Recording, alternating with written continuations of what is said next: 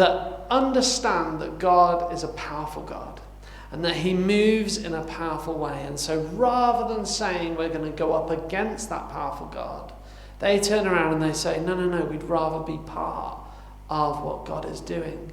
But the interesting thing in that story is that they do it in this deceptive way. They do it in a way that isn't quite kosher. It's not quite like, hey, Israel, we want to follow your God. How do we do that? They kind of make up this big story about how maybe they're not one of the nations that they know Israel needs to conquer, that they've come from a distant land and they want to be protected. And what they do is they become this, what's known as this, and I've touched on this in previous weeks, but just to keep us all on speed, they become this vassal state to Israel, which means that Israel becomes their protector. Israel becomes the state that wants to then look after Gibeah, okay? But in ancient Near Eastern land, that doesn't quite mean those words that I've said.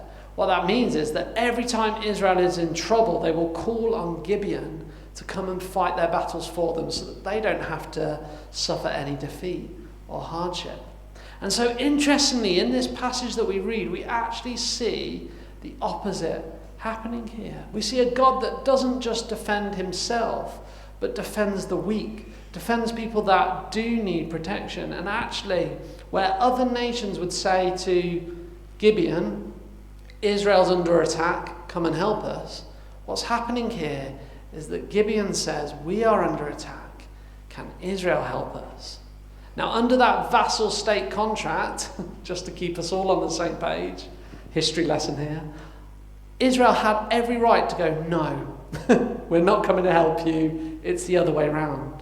But actually what this shows us about our God is that he comes and defends us, because we are, compared to God, compared to that powerful God we've been talking and singing about this morning, we are the weaker people.